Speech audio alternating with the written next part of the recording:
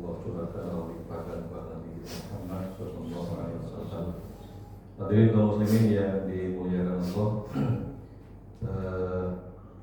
Surat Al-Baqarah ayat ke-90. Allah berfirman, "A'udzubillahi minasyaitonir rajim. Bismillahirrahmanirrahim. Bisamashtaraw bihi anfusahum ayyakfuru bima anzalallahu baghyan ayyunazzilallahu min fadlihi 'ala man yasha'u min ibadihi faba'u bi ghadabin 'ala ghadab wa lil kafirin 'adzabun muhin."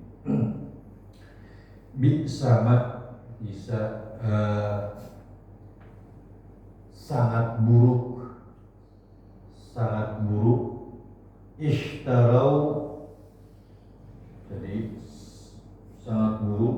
Ishtarau, mereka Bani Israil itu menjual bihi, dengan perbuatannya, anfusahum, diri mereka, ayakfuru, dengan menjualnya dengan ingkar atau kufur, bima anzalallah, terhadap apa yang diturunkan oleh Allah, bagian mereka itu punya sifatnya dengki, hasud atau hasad. Ayunazzilallahu, yang Allah turunkan, min fadli, karunia-Nya, karunia Allah turunkan, ala may yasha, kepada orang yang dikehendaki, min ibadi, dari hambanya. Faba'u bi ghadabin, Allah menghukumnya dengan ghadab. Ghadab itu murka Allah, ghadab, murka, ala ghadab, di atas murka.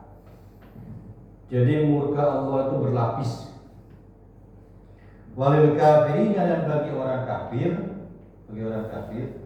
adzabun, siksa, muhinun, yang menghinakan. Bisamashtaru bihi anfusahum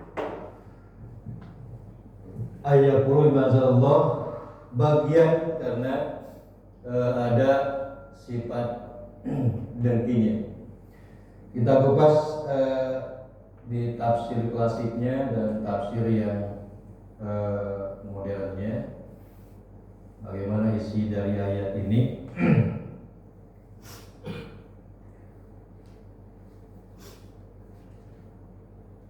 Di tafsir At-Tarafiyu atau tafsir klasik itu, yang pertama tafsir Al-Qurtubi.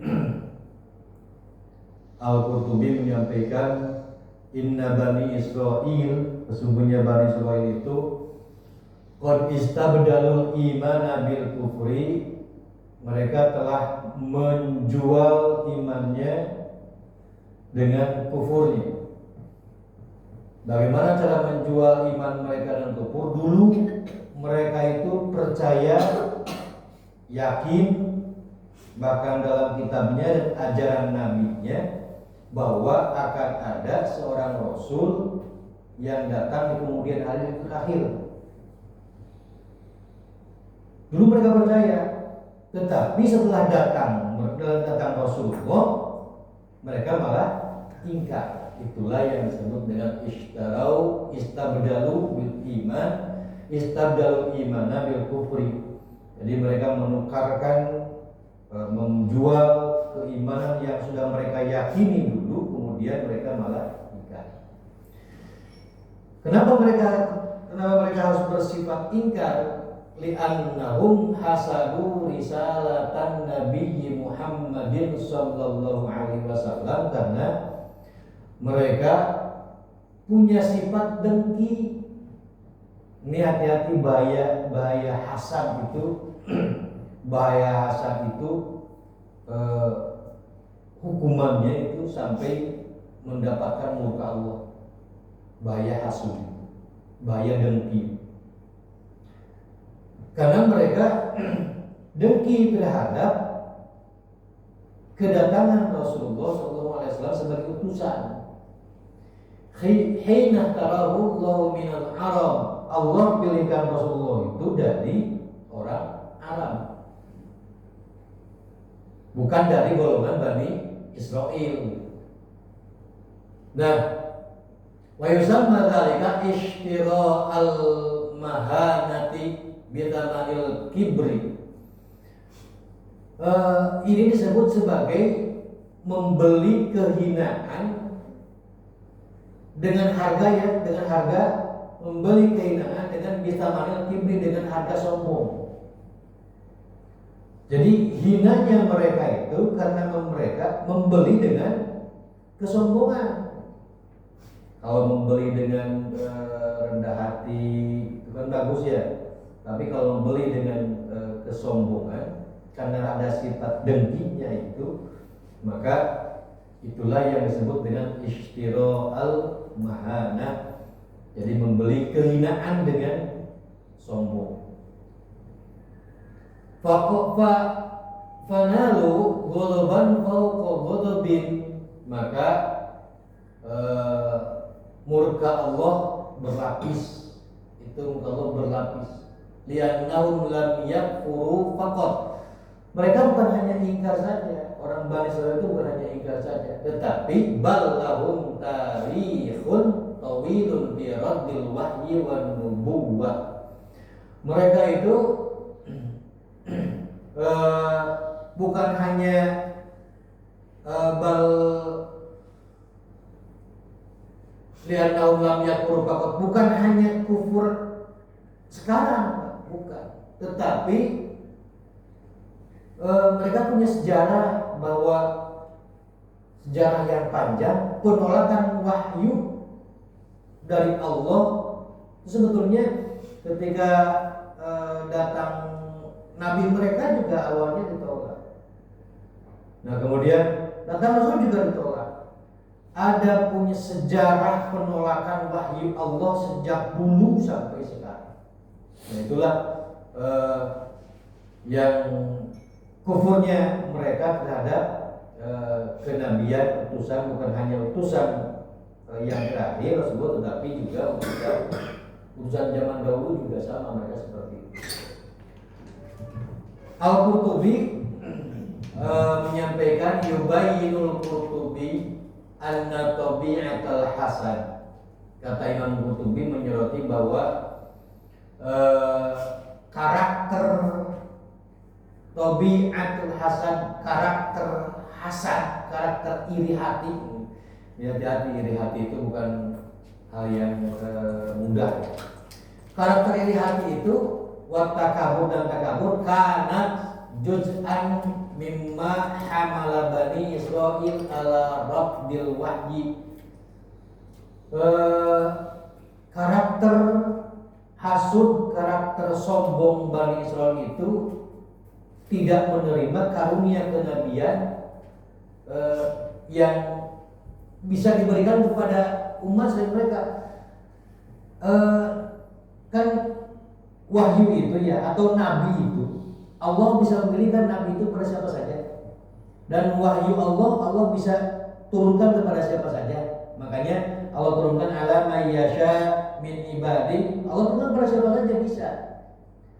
Nah mereka tidak bisa menerima itu, Pak. Dalam orang dua kenikmatan. Kita punya kenikmatan, Pak Rofik punya kenikmatan, Abah tidak diberi kenikmatan, Abah tidak berdiri. Dari syaitan yang diberi gitu. Nah, Anda punya sifat seperti itu. Jadi penolakan wahyu oleh Bani Israil itu sudah karakternya mereka, dan karakter iri hati dan sombongnya mereka. Wa aradul infirad bil haqq war risalah wa hadha min maradit ta'assub bil qalbi alladhi yu'ammiyul basira. Mereka itu menginginkan begini, satu-satunya satu-satunya pemilik wahyu, pemilik nabi itu dari golongan mereka. Itu dari golongan mereka. Nah, inilah yang disebut dengan wahada min maradit ta'assub. Inilah yang disebut dengan penyakit ta'assub, fanatisme golongan. Maka hati-hati dengan fanatisme golongan. Biasanya orang-orang yang fanatisme golongan itu ada sifat tabiatul hasad, karakter iri hatinya itu ada fanatisme golongan. Nah, itulah yang alladzi yu'ammil basirah, itu yang bisa membutakan mereka dari kebenaran. Jadi iri hati itu, hasud itu, takabur itu adalah penyakit fanatisme golongan yang mampu membutakan kebenaran. Maka berhati-hatilah dengan sifat hasud. Jadi bukan sederhana hasud itu. Karena bukan sederhana, makanya hukuman Allah itu sangat berat. Nah, Ibnu Katsir dalam tafsirnya menyampaikan innal baghya, hasud itu, kata Imam Ibnu Katsir, kata tafsir dalam tafsir Ibnu Katsir, huwa as-sababul asasiyyu min rabbihim lil Qur'an. Alasan utama mereka itu Ibnu Katsir menafsirkan bahwa al-baghyu, bagian atau dengki itu adalah alasan utamanya mereka itu menolak wahyu itu karena dengkinya itu. Jadi bukan karena apa-apa, karena sifat dengkinya ini. Maka inilah yang harus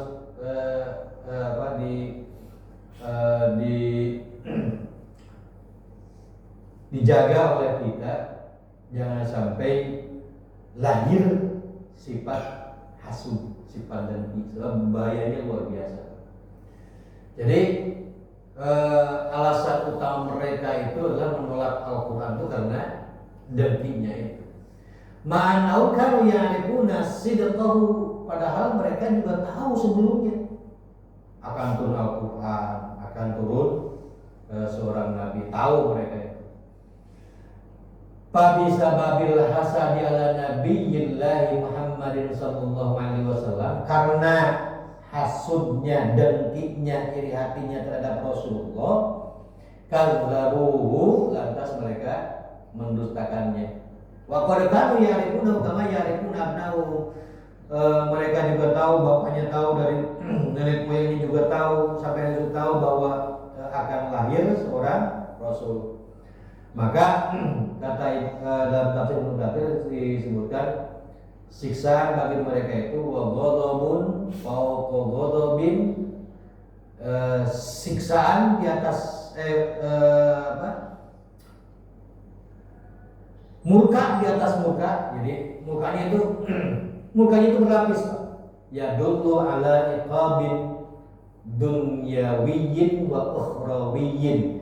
Jadi yang disebut murkanya yang berlapis itu adalah murkanya dunia dan akhirat, dalam tafsir Ibnu Katsir. At-tafsir mu'asir, dalam tafsir yang tafsir kontemporer yang modern, al-manhajul nafsiyul ijtimai, ada pendekatan manhaj an-nafsiyul ijtimai, pendekatan psikososialnya. Psikososial itu yang membahas kondisi mental seseorang yang dipengaruhi oleh lingkungan sosial. Ada mental yang suka dipengaruhi, mental spiritual yang suka dipengaruhi oleh lingkungan sosialnya. Tusirul ayah ilal fasadil ar-ruhiyyin natij 'anil hasad. Ayat ini menggambarkan kerusakan ar-ruhi, spiritual, kerusakan spiritual, anil hasad, akibat dari hasud. Jadi ayat ini yang tadi ayat yang ke-90 itu adalah kerusakan spiritual, kerusakan keyakinan itu bisa hancur karena hasud. Karena hasud makanya luar biasa hasud itu. Luar biasa, pengaruhnya sangat luar biasa. Nah,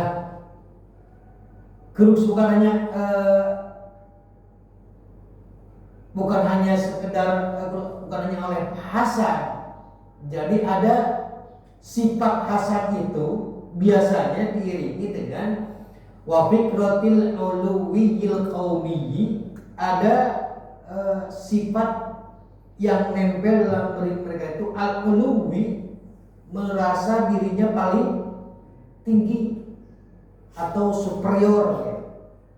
Makanya al-uluwi al-qaumiyyi itu disebut dengan superior etnosentris gitu.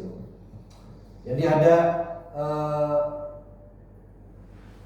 merasa dirinya, merasa keluarganya, merasa golongannya itu paling wah, paling pinter, tidak bisa dikalahkan yang lain. Nah itu biasanya itu hasud itu menempel sifat itu menempel dengan hasud. Jadi ada perasaan paling saya paling bisa. Saya tidak mau menerima pendapat yang lain.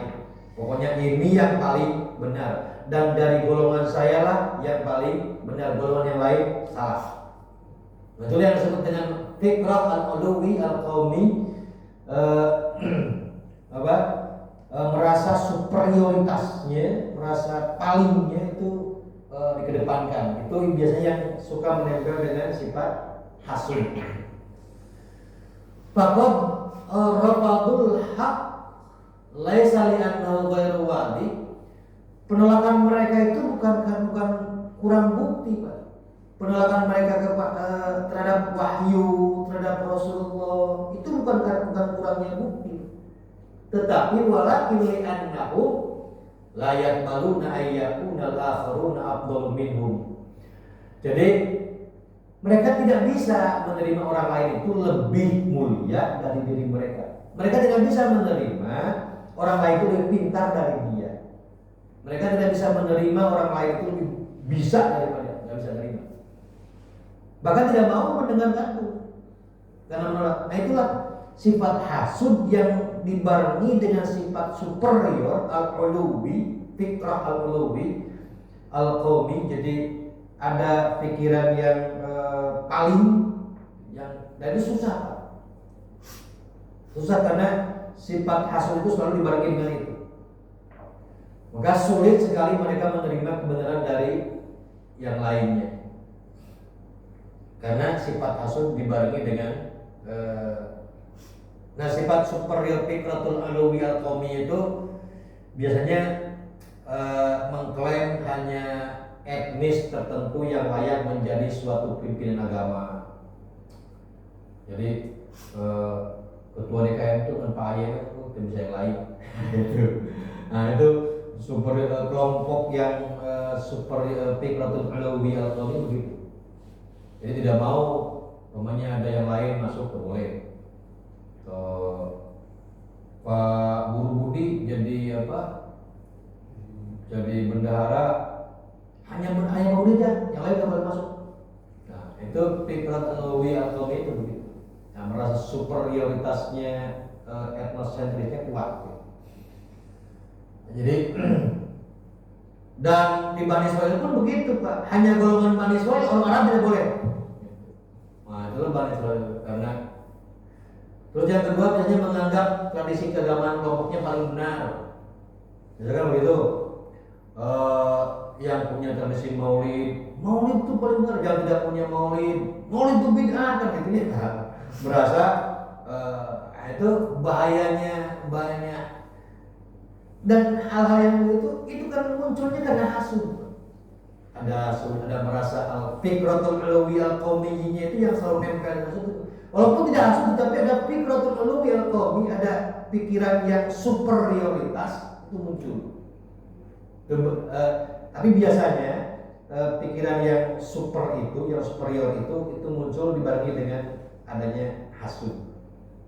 Jadi merasa yang lain itu ya salah lah. Bahkan paling paling ekstrimnya bahwa wah golongan itu sesat dan cilaka. Kemudian ciri superioritas yang etnis itu biasanya merendahkan ekspresi keagamaan etnis lain atau mazhab lain lah, mazhab lain umpamanya kita kok di Papua gitu logat pentingnya sih logat percampuran nanti salah saya kalian gitu. Nah itu tidak, jadi tidak harus menyalahkan etnis yang lain, harusnya malah harus saling menghargai. Nah bahayanya Pak, bahaya fikratul uluwi al-qaumi itu adalah, dan hasud itu akan merusak persatuan umat beragama. Jangan lingkungan besar lah, jangan besar, lingkungan kecil saja. Hasud itu bisa merusak persatuan umat beragama. Jadi mazhab Syafi'i, mazhab Hanafi, mazhab Hambali itu akan kacau kalau punya sifat hasad dan fikrah al-uluwi, merasa superioritas, merasa paling semuanya. Padahal sebetulnya kan yang paling itu yang harus dipahami itu bahwa inna akramakum indallahi atqakum, yang paling mulia itu insya hanya orang yang takwanya saja. Tidak melihat apakah yang paling mulia itu adalah golongannya, kan tidak. Yang paling mulia itu adalah takwanya. As-sillatul waqi'ah. Jadi ada bagaimana relevansi di konteks modern sekarang ini. Yang pertama, nakun lil aqliyatil al istisyariyatil lati taz'umu annal haqqa haqqun li fi'atin wahidatin.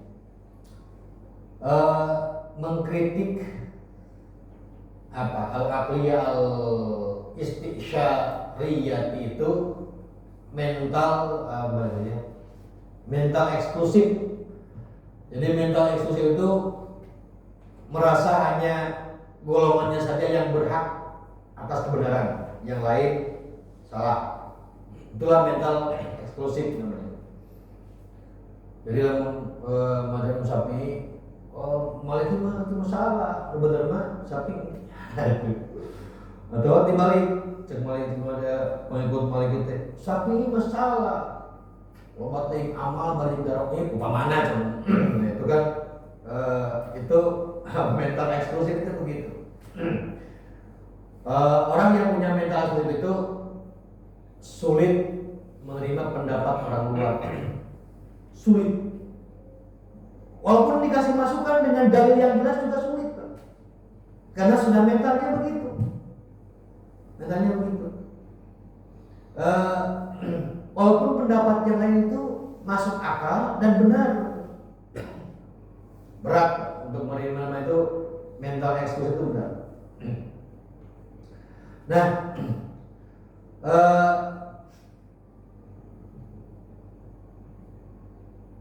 contoh yang real saja sekarang ini adalah mengklaim hanya mazhab yang benar. Itu mental eksklusif. Mazhabnya yang dalam mazhab lain salah, atau mazhab lain tidak punya dalil, mazhab lain bid'ah. Nah itulah.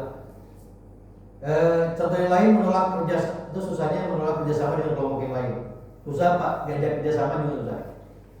Orang yang punya mental eksklusif karena bahaya hasud tadi itu susah untuk diajak kerjasama, diajak bergabung kegiatan sosial ataupun kegiatan lainnya, itu akan lebih sulit. Yang ketiga misalnya mengharamkan praktek ibadah kelompok lain secara mutlak.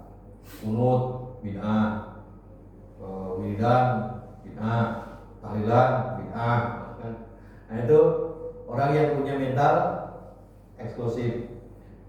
Yang paling ekstrim lagi Pak, itu memonopoli surga. Surga itu milik dia Pak. Ya orang lain itu sudah kalah kan. Pokoknya Imam Syafir, Pak Muhammad Maliki, Ambali dan Hanafi, kabehana ke neraka. Hanya Syafi'i kepada surga. Mental ekstrim itu ekstrimnya paling bahaya itu karena ada sifat kalau pikiran seperti itu karena ada sifat hancur dibarengi dengan fikrah al-uluwi, merasa superioritas itu lahirlah mental eksklusif. Pada intinya mental eksklusif ini dalam agama itu akan menghambat toleransi, menghambat dialog, komunikasi susah, perkembangan pemahaman keagamaan itu kan susah berkembangnya secara sehat karena dirinya sudah menutup diri dari keberagaman dalam hazanah agama sendiri. Yang kedua, relevansi dalam konteks modern adalah tahdhirun al-hasadil ladzi yudammirul haqa'iqa war ru'yatul ilmiyah. Ini peringatan bahwa dengki itu bisa menghancurkan nilai al yudammirul haqa'iq, nilai objektivitas ilmiah itu akan hilang dengan dengki itu. Wa ru'yatul ilmiah dan al-haqa'iq superioritas wal ru'yatul ilmiah dan objektivitas ilmiah itu akan hancur Pak, dengan sifat hasud itu. Nah, perasaan dengki itu jadi punya keinginan agar kenikmatan orang lain itu lenyap, kan seperti itu.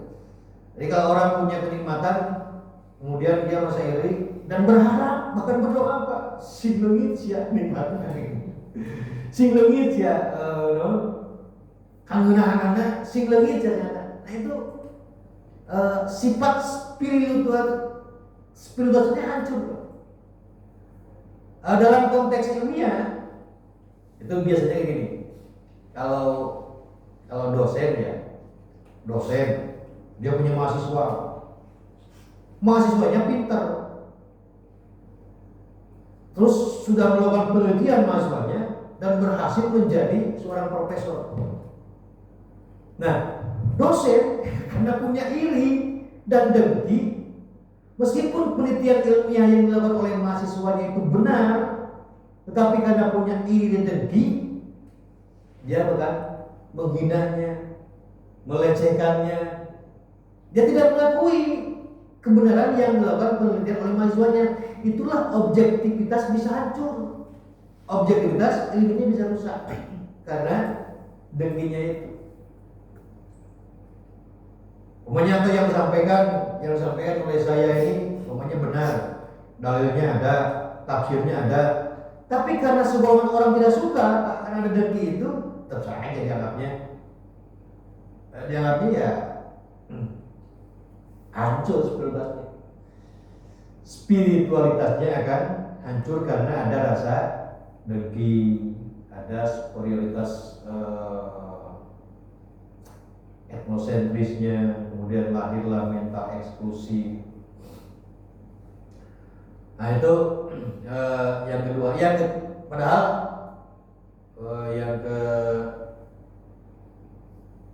yang kedua ya, ketiga. Padahal hasud itu Rasulullah itu menyampaikan iyyakum wal hasad, fainal hasada ya'kul hasanat. Ingat, hati-hati.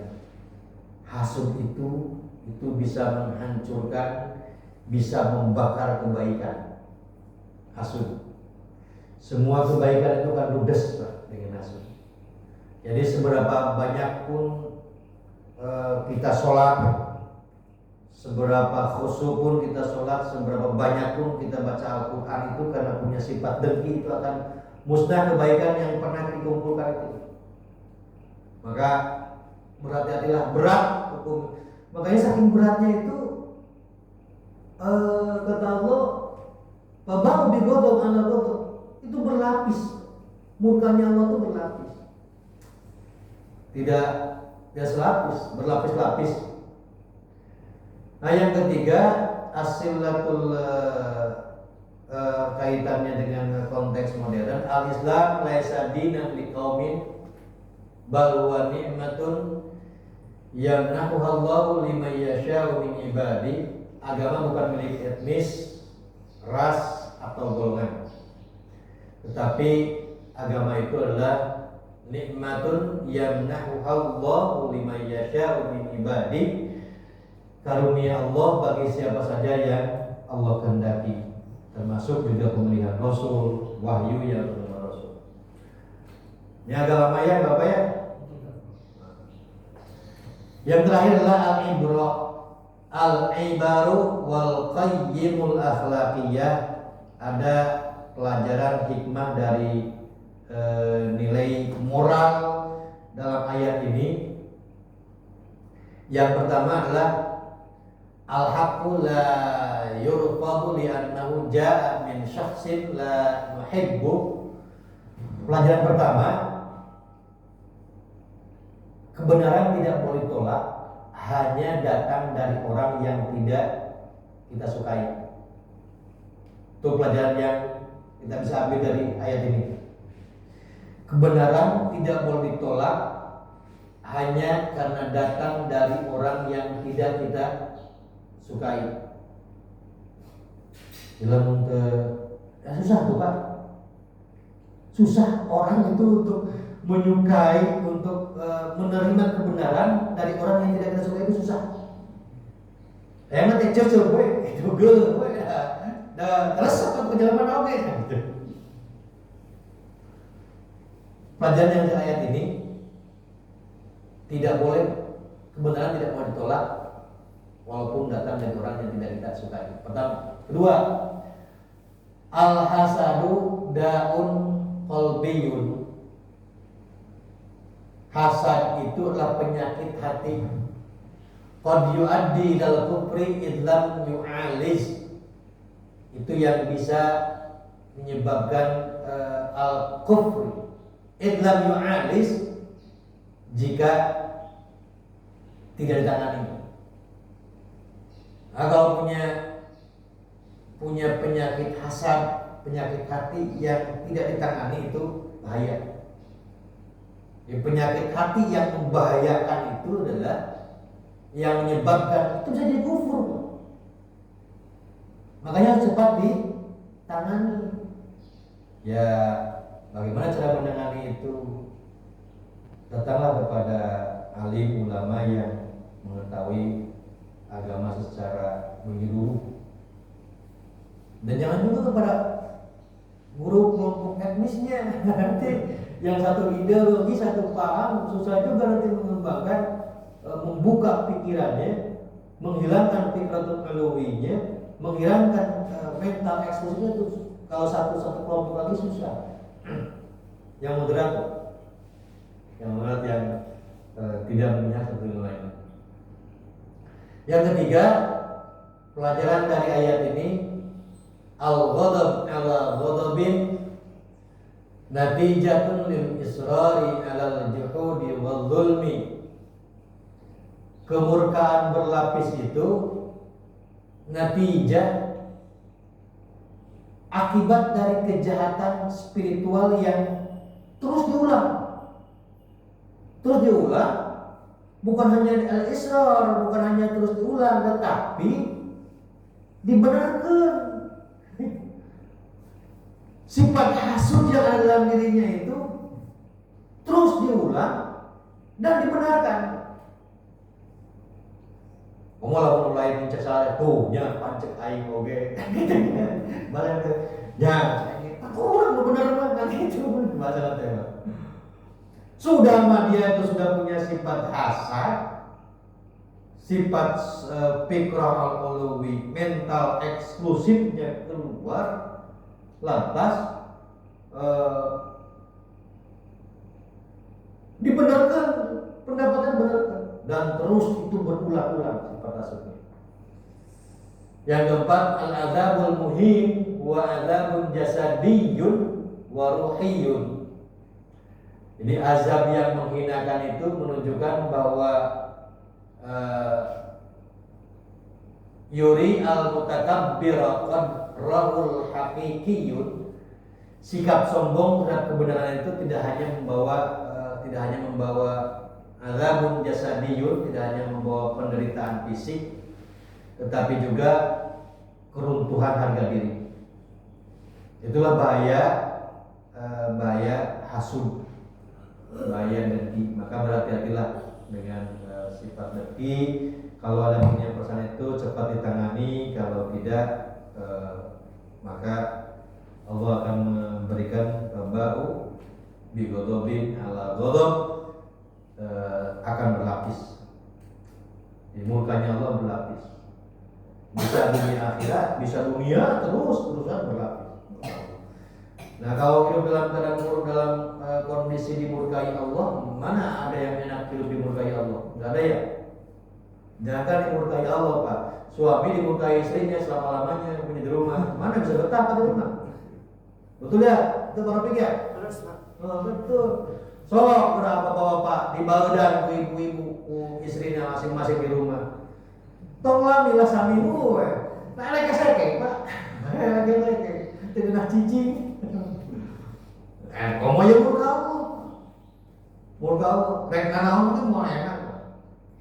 Arek ke masjid mau enak. Arek ke rumah makan mau enak. Arek kantor mau enak. Serene mau enak. Murka Allah. Murka nuletik ke murka pemajikan apa lagi? Pemajikan murka, terus arek seke.